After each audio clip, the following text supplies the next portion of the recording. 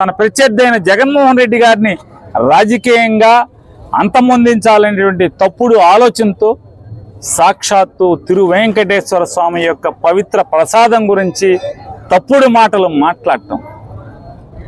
మాట్లాడుతూ దేవుడు కూడా పాపుల యొక్క నోరు శుద్ధి చేసినట్టుగా ఇవాళ చంద్రబాబు నోరు కూడా మెల్లగా శుద్ధి అవుతూ వస్తుంది.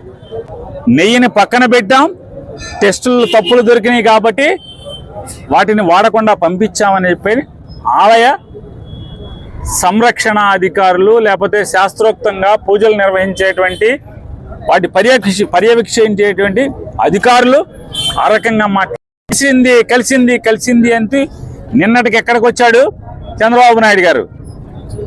ఆ మలినమైన ఆవు నెయ్యిని వాడారు కానీ ఎక్కడ వాడారో తెలియదు. 70 ఏళ్ళు వచ్చి బతుకు మనకు అవసరమా చంద్రబాబు నాయుడు గారు?